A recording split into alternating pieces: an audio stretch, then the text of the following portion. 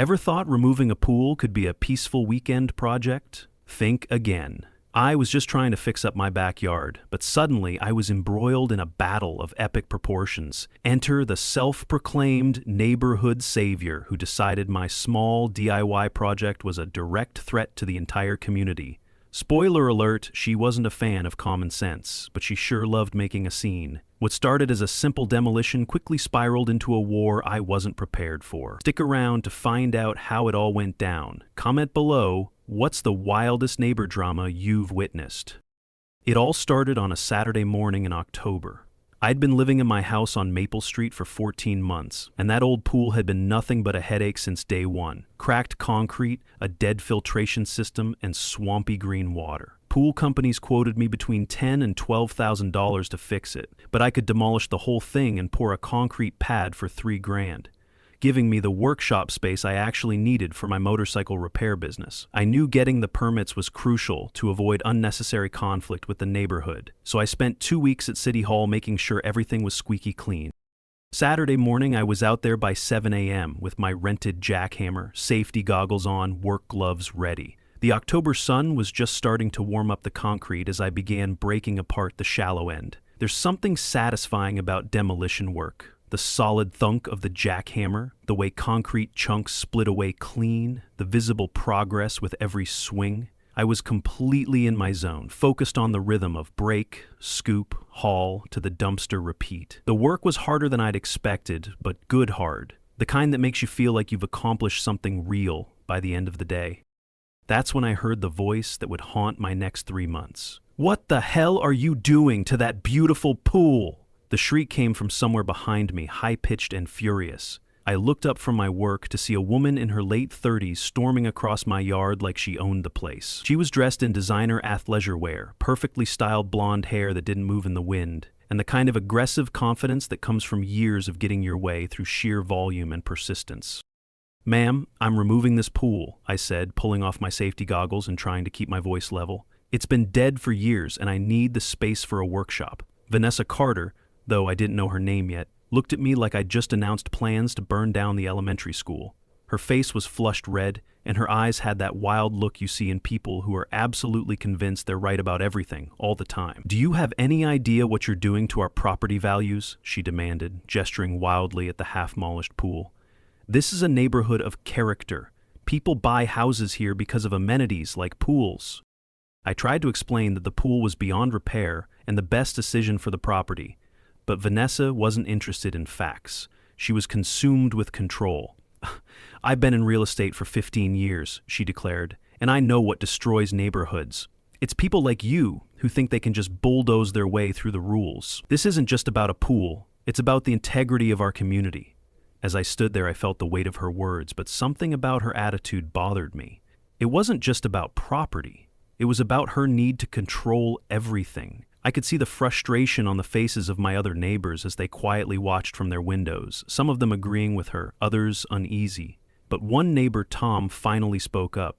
"She's always been like this. She doesn't care about the value of your property. She cares about the power she has over all of us." The way she said it, you'd think I was planning to open a toxic waste dump instead of creating a clean workspace where I could actually be productive.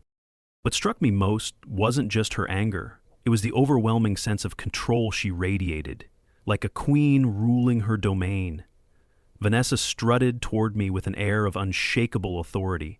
She positioned herself in front of me with the kind of arrogance only someone who's used to always getting their way could muster, blocking my path like a living, breathing wall. "You're causing irreparable damage to the neighborhood's integrity," she said, voice rising with a strange mix of self-righteousness and fury. "You need to stop this madness immediately. You can't just bulldoze through the community's standards." She looked at me as though my very existence was an affront to her idea of order. The whole time she was talking, I kept thinking about those permits sitting on my kitchen counter, all properly filed and approved. But something told me Vanessa Carter wasn't the type to let facts get in the way of a good outrage. I spent the next 20 minutes trying to reason with her, explaining that I'd done my research, that I had all the necessary permits, that the pool was genuinely beyond repair. But every reasonable point I made just seemed to make her more angry. Finally, she stormed off my property with a parting shot that should have been my first real warning.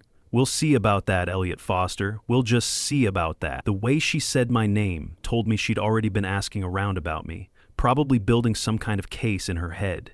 I watched her march back to her house 3 doors down, already pulling out her phone before she'd even reached her front door.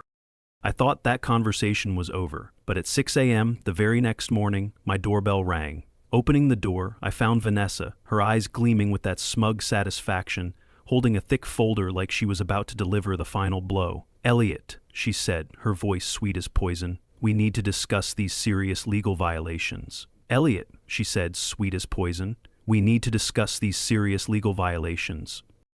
Vanessa handed me a folder of documents claiming they were zoning laws I was violating. She pointed to one highlighted section, Local Ordinance 472B, which she said required approval for any major yard modifications. With a smug look, she acted as though she'd found a weapon to shut me down. "This isn't just about HOA rules. This is a legal requirement that could cost you thousands in fines if you don't comply." Standing there in my doorway at 6 a.m., in nothing but boxer shorts and a t-shirt, I felt like I was being served legal papers by someone's overly dramatic aunt. Vanessa was dressed for business this time. Dark blazer, pressed slacks, hair pulled back in what I assume was her power ponytail. The transformation from yesterday's shrieking neighbor to today's pseudo-lawyer was almost impressive. "Almost. Now, I'm prepared to be reasonable about this," she continued, stepping uninvited onto my front porch. "If you stop the demolition immediately and agree to consult with the proper authorities about restoration options, we can avoid involving the county authorities." "I'll need to review these documents," I told her, reaching for the folder, "and I'll want to check them against the actual homeowner association paperwork I received when I bought the house." A sense of disbelief crept over me as I skimmed through what were obviously fake rules. Vanessa's confident smile flickered for just a moment, the first crack in her armor. "Well, of course, but I think you'll find everything is in order. I've been on the Architectural Review Committee for 3 years, and I know these regulations inside and out."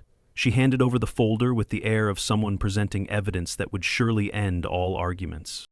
That evening, I spread Vanessa's documents across my kitchen table next to the actual homeowner association covenant I'd received at closing. It didn't take long to spot the problems. The section numbers she'd cited didn't exist. The language about structural removals appeared nowhere in the real documents. The supposed fine schedule was completely fabricated.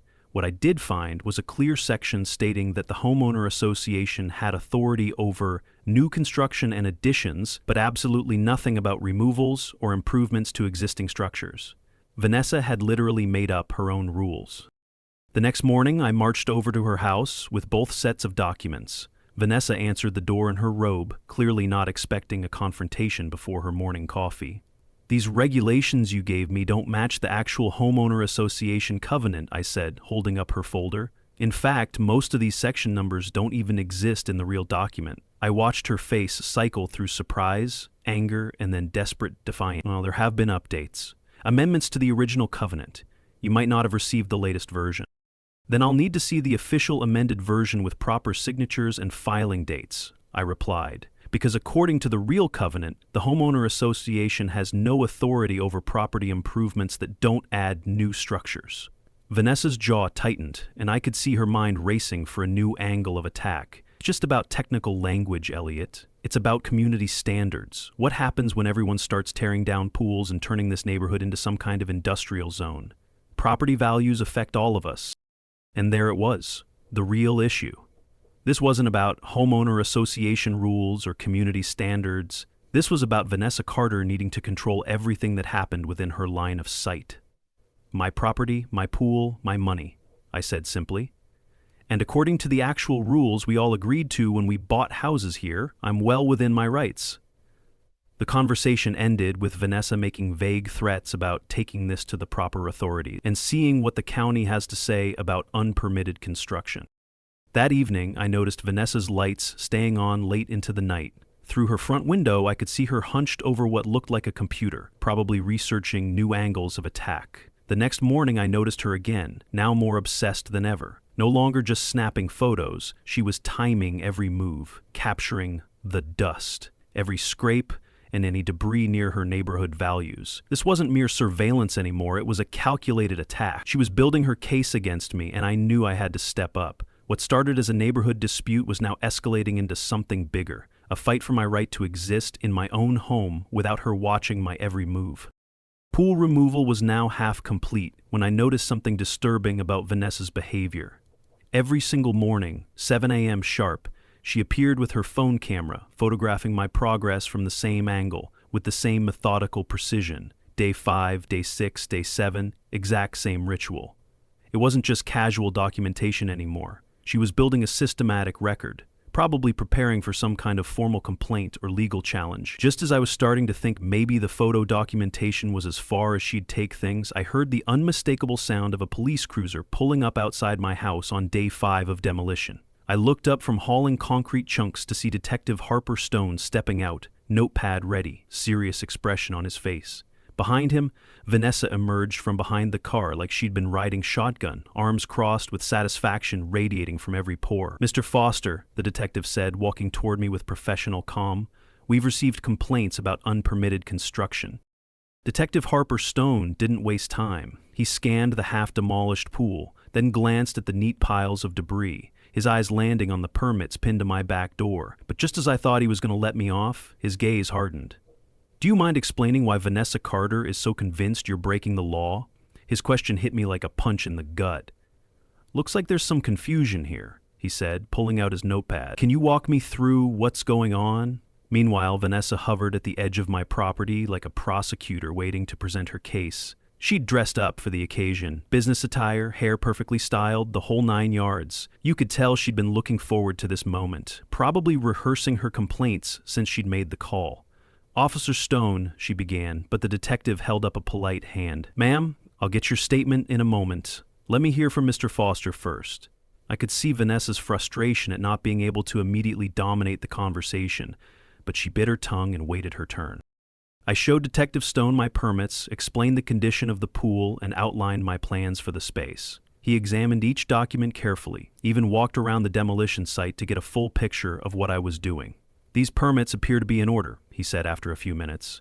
"Issued by the city, proper signatures, covers the scope of work you're describing. What exactly is the nature of the complaint?" That's when Vanessa finally got her moment to shine, and boy, did she make the most of it. "This is illegal demolition without proper community approval," she announced, pulling out her own folder of fabricated documents. "He's destroying neighborhood amenities without consulting the homeowner association, endangering property values and disturbing the peace with excessive noise and dust. This kind of destructive activity sets a dangerous precedent for community standards." She handed Detective Stone her fake regulations with the confidence of someone presenting a smoking gun. I had to admire her commitment to the performance, even if the substance was complete nonsense. Detective Stone spent several minutes reviewing Vanessa's documents, comparing them to my permits and asking clarifying questions. You could see him growing increasingly skeptical as Vanessa's story started to fall apart under scrutiny. "Ma'am, these homeowner association documents you've provided don't appear to override the city permits Mr. Foster has obtained. Property owners generally have the right to modify their own land as long as they comply with municipal regulations, which he appears to have done." The disappointment on Vanessa's face was almost comical. She'd clearly expected the police to immediately shut down my operation and possibly arrest me on the spot.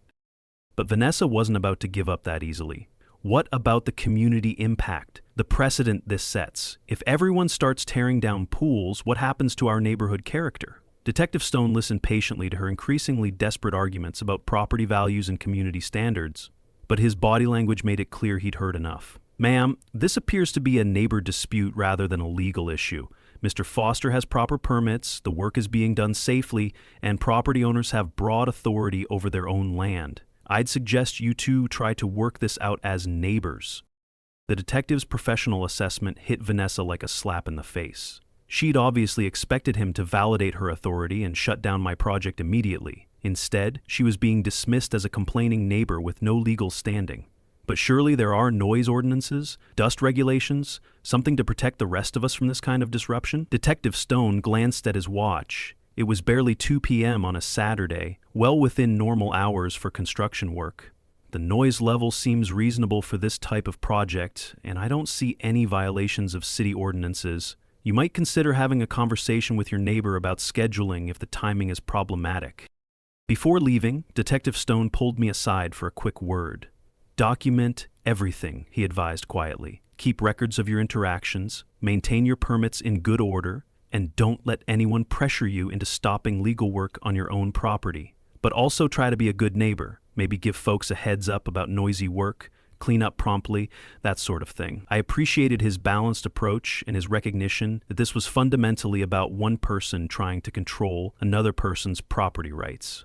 As his cruiser pulled away, I could see neighbors peeking out from behind curtains, probably wondering what kind of drama was unfolding on their quiet street.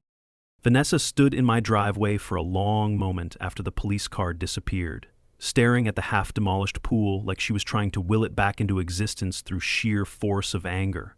"This isn't over, Elliot," she said finally. "There are other authorities, other regulations, other ways to protect this community from people who don't understand what it means to be a good neighbor." The threat was clear, and I realized that Detective Stone's visit had only escalated Vanessa's determination to stop me. She'd lost the first round, but she was already planning round 2. That evening, I noticed Vanessa's lights staying on late into the night. Through her front window, I could see her hunched over what looked like a computer, probably researching new angles of attack. The next morning brought a new development in our Cold War. Instead of her usual 7 a.m. photo session, Vanessa appeared at 6:30, then again at 8:15, then once more during my lunch break. She was documenting everything now, building some kind of comprehensive case file about my pool demolition project.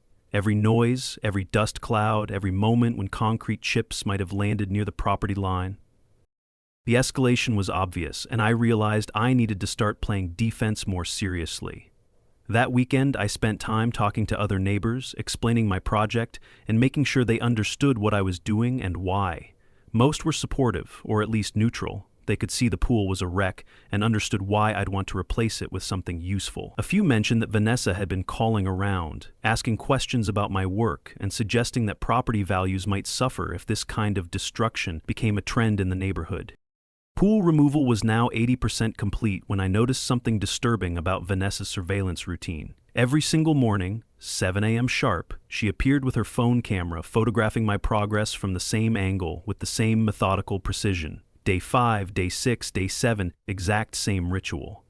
It wasn't just casual documentation anymore. She was building a systematic record, probably preparing for some kind of formal complaint or legal challenge. Then it hit me. Vanessa wasn't just documenting my work. She was building a case for something much bigger than homeowner association violations or noise complaints. Vanessa's surveillance quickly escalated. Every morning at 7 a.m., she'd appear at the property line, filming my every move. It wasn't long before she started yelling, accusing me of violating guidelines and filming me as evidence. It was no longer just surveillance, it was a direct challenge. But the more I observed, the more it became clear that Vanessa wasn't just documenting. She was orchestrating her photos. She waited for moments when the dust was thick in the air or when I used loud equipment, capturing evidence that suited her narrative. Her shots often exaggerated the mess, making the site appear far more destructive than it really was. The breaking point came on a Wednesday morning when I decided to confront her directly. I was refilling my water bottle when I saw Vanessa setting up for her daily photo shoot, so I walked over to the property line where she was standing. "Morning, Vanessa," I said casually. "Interesting hobby you've developed. Mind if I ask why you're photographing my property every single day?" The question caught her off guard. She'd gotten so comfortable with her surveillance routine that she'd probably forgotten how obviously intrusive it was. "I'm documenting public safety concerns and potential violations of community standards," she replied, holding her phone like it was some kind of official badge. "The dust, the noise, the property damage risks, someone needs to keep a record of what's happening here."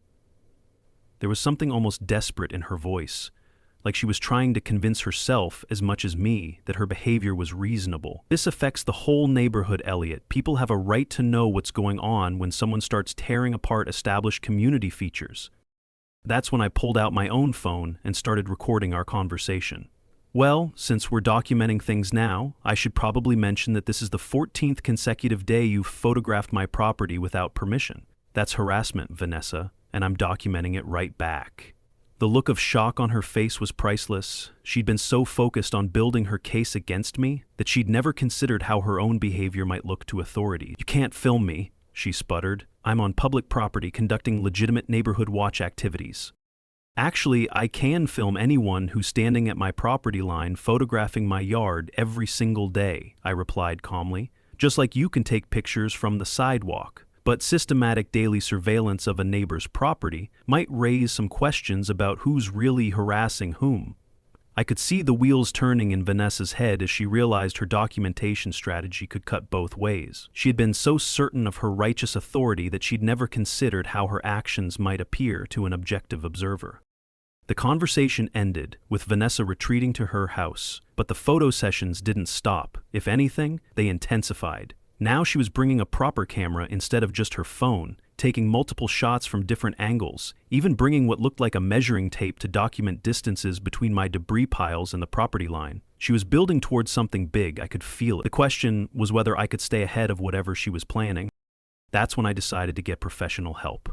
I called the contractor who'd given me the backup quote for pool removal and asked him to come inspect my work. Dave Martinez had been in the demolition business for 20 years and knew proper procedures inside and out. He spent an hour examining my site, checking my technique, reviewing my permits, and taking his own set of professional photos documenting that everything was being done safely and legally. Whoever's complaining about this work doesn't know what they're talking about, he told me. You're doing everything by the book, probably better than most contractors would. Armed with Dave's professional assessment and photos, I felt more confident about whatever Vanessa might be planning. But I also started documenting her surveillance more systematically. Every morning when she appeared for her photo session, I'd record the interaction from my kitchen window. Every time she walked past my house during the day, which had increased to 3 or 4 times daily, I'd note the time and circumstances. If she wanted to play the documentation game, I was prepared to play it right back. The neighborhood was starting to take sides. A few people had approached me privately to say they thought Vanessa was overreacting, that property owners should be able to improve their land as they saw fit. But others seemed nervous about the conflict, worried that ongoing disputes might affect everyone's property values more than my pool removal ever could. The couple next door mentioned that Vanessa had been calling around, asking about my work schedule and suggesting that other neighbors should consider filing their own complaints. 3 weeks into the project, with the pool 90% demolished, I thought maybe the worst was over. The concrete was nearly all removed, the site was clean and safe, and I was ready to start planning my workshop layout. That's when Vanessa played her nuclear card. Instead of her usual morning photo session, I looked out my window to see her talking animatedly on her phone while standing at my property line. From her gestures and expression, she was clearly filing some kind of formal complaint with someone who had more authority than Detective Stone. Just when I thought Vanessa's photo campaign was her final move, she escalated beyond anything I'd expected. She didn't just call the police again, she called City Hall with accusations that would make my blood run cold. Unpermitted commercial activity and zoning law violations. The stakes had just gone nuclear. The call came at 8:30 on a Thursday morning while I was having breakfast and planning my day's work. Mr. Foster, this is City Planning and Zoning. We've received a complaint about potential commercial excavation activity at your address. We'll need to schedule an inspection to verify compliance with residential zoning regulations. My coffee went cold as I listened to the clerk explain that someone had reported me for running an unpermitted business, violating zoning laws, and conducting commercial-scale construction without proper licensing. The potential fine started at $8,000, with immediate stop work orders until violations were resolved. Vanessa escalated by going directly to city authorities, claiming I was running an unlicensed business and violating zoning laws. Her lies triggered an investigation, risking months of delays. I spent the morning gathering every piece of documentation I could find: permits, receipts for equipment rental, contractor consultations, even photos of the pool's deteriorated condition before I started work. The city inspector was scheduled for 2 p.m., which gave me just enough time to organize my defense and mentally prepare for what felt like a trial where I'd been presumed guilty. This wasn't a neighbor dispute anymore. This was Vanessa trying to use government authority to force me into compliance with her personal preferences. Detective Stone arrived 20 minutes before the city inspector, which told me Vanessa had probably filed police reports as well as zoning complaints. I understand there are new allegations about commercial activity, he said, looking genuinely puzzled by this escalation. I showed him my documentation and explained how this was purely a personal project on my own property, using rented equipment and my own labor. Someone's really got it in for you, he observed. This level of complaint suggests either serious violations or someone with a serious grudge.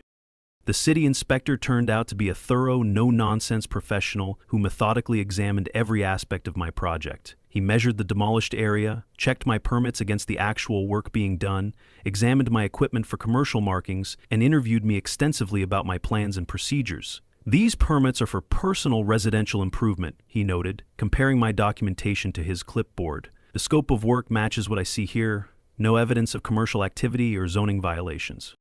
Vanessa had positioned herself at the edge of my property during the entire inspection, clearly hoping to influence the outcome by being visible and available for questions. When the inspector finally approached her for her side of the story, she launched into the same speech about community standards and property values, but now with added claims about noise ordinances, dust violations, and safety hazards. This kind of industrial activity doesn't belong in a residential neighborhood, she insisted. There are commercial zones for this type of work. Ma'am, this appears to be a homeowner improving his own property with proper permits, the inspector replied patiently.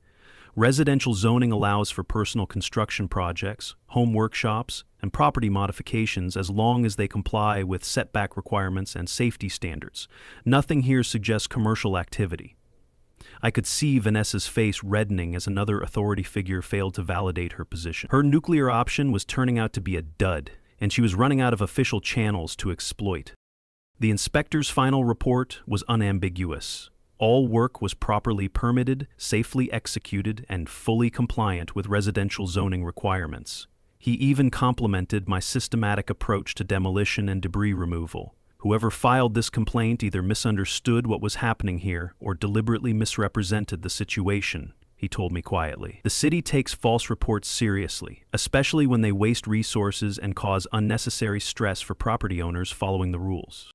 Detective Stone stuck around after the inspector left, partly to wrap up his own report, and partly, I think, to see how Vanessa would react to this second official rejection of her complaints. She stood in my driveway for several minutes after both vehicles pulled away, staring at the nearly complete demolition site like she was trying to process how all her carefully laid plans had failed.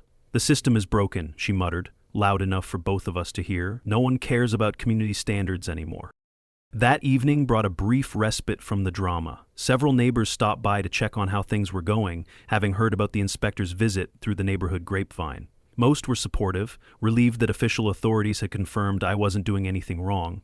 A few mentioned that Vanessa had been calling around again, this time asking about property management companies and legal options for dealing with problematic neighbors. The escalation pattern was clear. Every time official channels failed to give her what she wanted, Vanessa found new authorities to petition. The pool demolition was now 95% complete, with just cleanup and site preparation remaining before I could pour the concrete pad for my workshop. I should have been celebrating the near completion of a major project, but instead I found myself wondering what Vanessa would try next. She'd exhausted homeowner association complaints, police reports, and city zoning investigations. What other official channels could she exploit to continue her campaign against my property improvement project? I got my answer the next evening when Detective Stone called my personal number instead of showing up at my door. "Elliot, we have a problem," he said, and I could hear genuine concern in his voice. "Vanessa Carter has filed harassment and intimidation charges against you. She's claiming you've been threatening her, interfering with her neighborhood watch activities, and creating a hostile environment. I know this sounds crazy given what I've observed, but I'm required to investigate all allegations of this nature."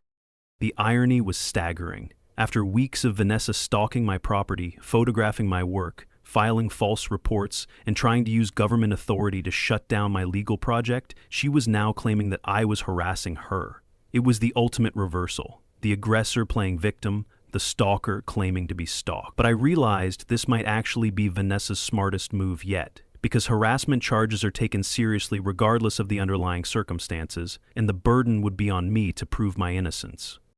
"I'll need you to come in for questioning tomorrow morning," Detective Stone continued. "Bring any documentation you have of your interactions with Miss Carter and Elliot. Be very careful about any contact with her going forward. Even legal activity on your own property could be construed as intimidation if she's filed these charges." As I hung up the phone, I realized Vanessa had found her most dangerous weapon yet, the accusation that I was the real problem in this dispute. The interview room at the police station felt surreal. Fluorescent lights, beige walls, and the kind of institutional furniture designed to make everyone uncomfortable. I sat across from Detective Stone with a folder full of documentation, trying to wrap my head around the fact that I was being investigated for harassing the person who'd been stalking my property for 3 weeks. Vanessa's complaint painted a picture of an intimidating neighbor who'd been threatening her, interfering with her legitimate community activities, and creating a hostile environment through aggressive behavior and property destruction. She claims you've been recording her without consent, following her daily routines to time confrontations, and using loud equipment specifically to disrupt her peace, Detective Stone read from his report. She also alleges that you've made threatening statements about her personal safety and her right to monitor neighborhood activities. I listened to this alternate reality version of our conflict with a mixture of amazement and frustration. Every interaction had been flipped. My documentation of her surveillance became stalking. My responses to her complaints became threats. My legal property work became targeted harassment.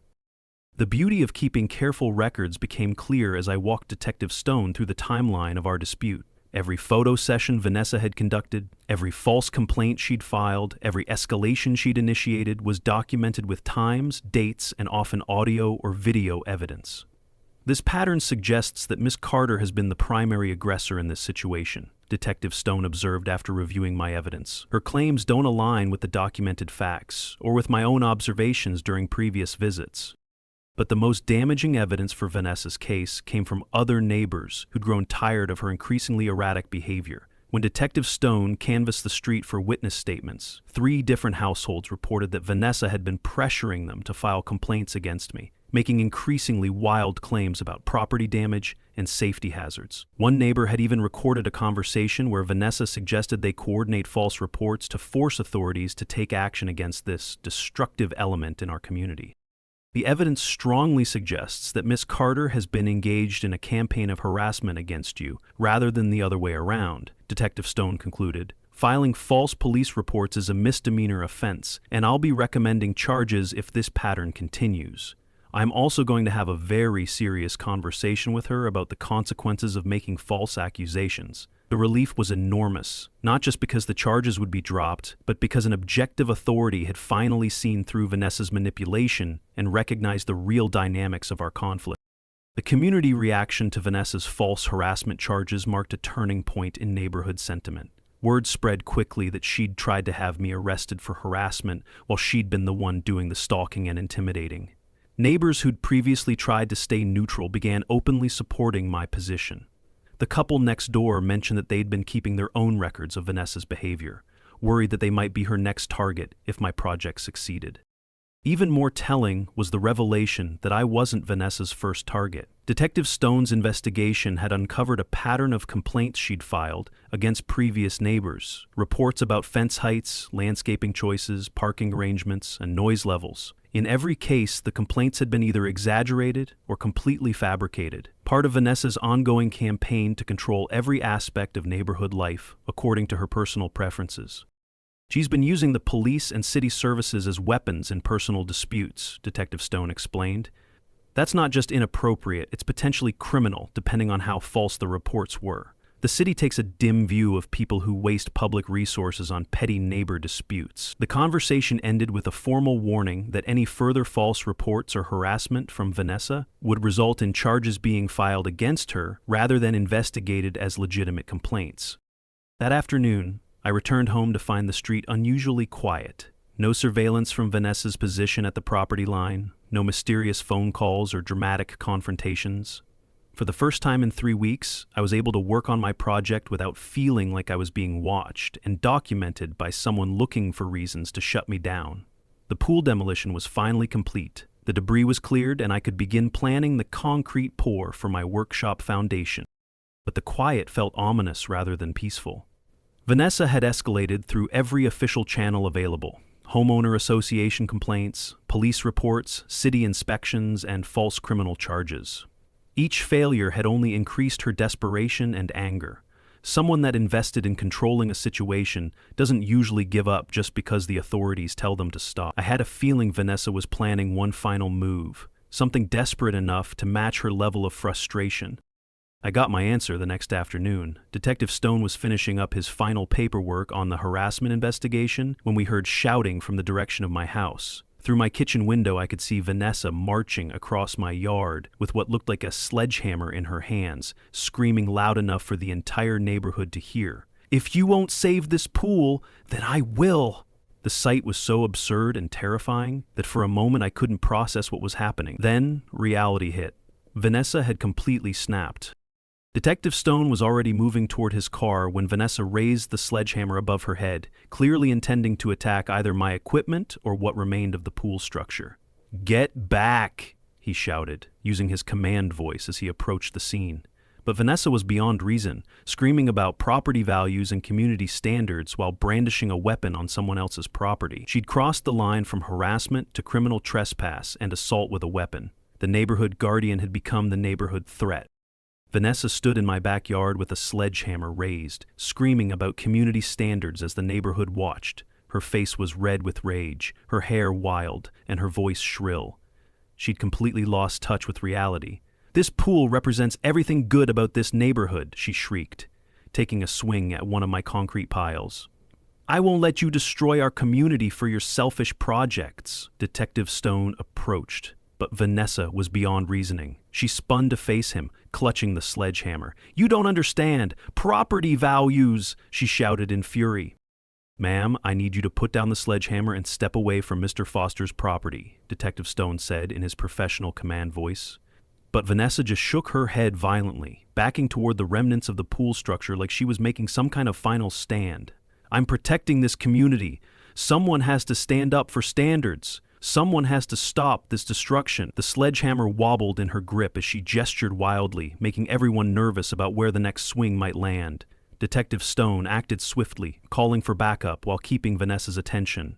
"Miss Carter, put down the sledgehammer," he commanded. When she raised it again, he disarmed her, cuffing her as she screamed about injustice. The arrest was witnessed by at least 8 neighbors, transforming Vanessa from the self-appointed guardian of community standards into a cautionary tale about what happens when personal obsessions override common sense and legal boundaries. As Detective Stone read her rights, Vanessa continued ranting about property values and neighborhood character, apparently unable to grasp that her behavior had become the real threat to community peace. "You're all making a terrible mistake," she yelled as she was loaded into the patrol car. "This will ruin everything we've worked to build here." The immediate aftermath of Vanessa's arrest brought a strange calm to the neighborhood. For the first time in 3 weeks, I was able to work on my property without surveillance, documentation, or complaints. Several neighbors approached me to apologize for not speaking up sooner about Vanessa's increasingly erratic behavior. The couple next door admitted they'd been afraid to get involved, worried that opposing Vanessa might make them her next target. "We should have said something weeks ago," the husband told me. "Everyone knew she was obsessed with controlling everything, but nobody wanted to be the one to call her out." The legal consequences for Vanessa were immediate and serious. In addition to the criminal trespass and assault charges from the sledgehammer incident, Detective Stone filed additional charges related to her pattern of false police reports and harassment. The city also began reviewing her previous complaints against other neighbors, launching an investigation into whether she'd systematically misused public services for personal vendettas. Her position on any neighborhood committees was obviously finished, and a restraining order prohibited her from contacting me or entering my property. With the drama finally behind me, I was able to complete my project in peace. The concrete pad was poured perfectly, creating a smooth, level foundation for the workshop I'd been planning all along. The space that had once housed a cracked, unusable pool became a clean, functional area where I could work on engines and equipment without bothering anyone. The transformation was dramatic. Instead of a 20-year-old eyesore that contributed nothing to the property or community, I now had a productive workspace that actually added value to my home. The irony wasn't lost on anyone in the neighborhood. Vanessa's obsession with protecting property values had led her to attack a project that genuinely improved both my property and the surrounding area. The workshop was clean, well-organized, and professionally finished, exactly the kind of home improvement that real estate professionals recommend for increasing property value. Several neighbors commented that my renovation looked better than the old pool had, even when it was functional. 6 months later, the neighborhood had returned to normal, but with a healthier dynamic than before. Without Vanessa's constant complaints and surveillance, people felt more relaxed about maintaining their properties according to their own preferences rather than her arbitrary standards. The couple across the street finally painted their fence the color they'd wanted for years, but had been afraid to choose because of potential pushback. The family 2 doors down installed a vegetable garden in their front yard, something they'd avoided because Vanessa had complained about previous neighbors' landscaping choices. Property values in the area actually increased over the following year, partly because of general market trends, but also because the neighborhood became known as a friendly, reasonable place to live, rather than the tightly controlled community Vanessa had tried to maintain. Real estate agents began marketing the area as having relaxed community standards and owner-friendly policies, attracting buyers who wanted the benefits of suburban living without excessive restrictions on property use and improvement. My workshop became something of a neighborhood asset, as I'd hoped it would. I started fixing lawnmowers and snow blowers for nearby residents, providing convenient service for equipment that would otherwise require trips to expensive repair shops. The space also served as a community resource during the big storm last winter, when I was able to repair several neighbors' generators and keep their heat running during power outages. The pool had never contributed anything to community life, but the workshop regularly helped make everyone's lives a little easier. The final chapter in Vanessa's story came about 8 months after her arrest, when she quietly moved away from the neighborhood. The criminal charges had been resolved with fines, community service, and mandatory anger management counseling. But her reputation in the community never recovered. The restraining order and her history of false complaints made it impossible for her to resume her self-appointed role as neighborhood enforcer. According to the gossip network, she'd found a house in a different town where homeowner association rules were more extensive and strictly enforced, perhaps a better match for her personality. And that's how I turned a pool disaster into a perfect workshop and transformed a crazy neighbor into a cautionary tale. Sometimes the best thing you can do with something broken, whether it's a pool or a toxic person, is remove it completely and build something better in its place. The pool is gone, Vanessa is gone, and I have a workshop space that the whole neighborhood benefits from. If you enjoyed watching karma catch up with someone who definitely had it coming, smash that like button and subscribe for more justice-served content. Comment below and tell me, have you ever had to deal with a neighborhood tyrant? I want to hear all about it. That's it for now from QA Stories. Make sure you're subscribed and the bell's on. The next story might just top this one.